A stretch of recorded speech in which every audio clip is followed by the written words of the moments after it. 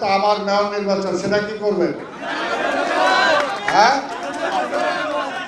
দিবেন সবাই ইনশাআল্লাহ। ঠিক আছে, মেয়র হইলে ওই যে ওরও বলছি, আর ইশরাকটা আমার ভাতিজা, তো ভাতিজা তার বাপরে নিয়ে কাম করছে এক সময়, তাই না? তার বাপের সাথে করছি, তারে বাপরে মেয়র বানাইছি, মন্ত্রী বানাইছি, এমপি বানাইছি, সিটির প্রেসিডেন্ট আমরাই বানাইছি, একসাথে তার জন্য সার্ভিস দিছি, তাই না?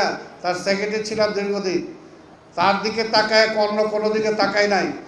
সেই সাদেক হোসেন খোকা, সেই সাদেক হোসেন খোকার ছেলেরে আপনারা এমপি বানাইছেন, তো তার কাছ থেকেও তো আমার কিছু আশা আছে নাকি? আমার কিছু চাওয়া পাওয়ার আছে না? আপনাদের কাছে যেমনি চাওয়া পাওয়ার আছে, তার কাছে আছে।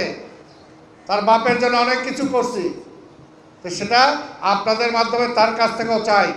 কি বলে, চাওয়ার অধিকারটা আছে আমার? আজকে প্রকাশ্যে আপনাদের সামনে বলে গেলাম, সে তো মন্ত্রী হয়েছে, এমপি হয়েছে, তার চাচাকে কিছু হইতে পারে না? সেটাই সেটাই আপনারা হইলে আপনারাই তো ভোট দিবেন, তাই না?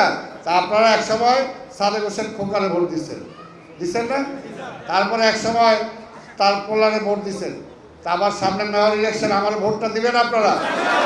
ওই যে মা বোনেরা তো বলে না কিছু, দিবেন তো সবাই? ঠিক আছে। এবং আপনারা তো টিপু ভাইরে সবসময় জিতাইছেন, কিন্তু একটা শর্ত আছে, টিপু ভাইরে যে ভোট দিচ্ছেন তার চেয়ে এক ভোট বেশি চাই না, কিন্তু ততটা ভোট চাই।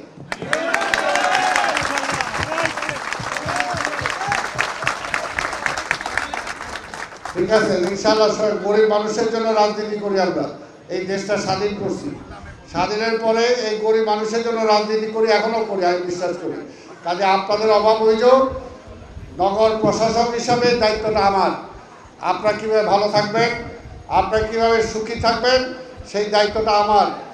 নগর প্রশাসক, নগর প্রধান হিসাবে আপনাদের এই দায়িত্বটা আমি পালন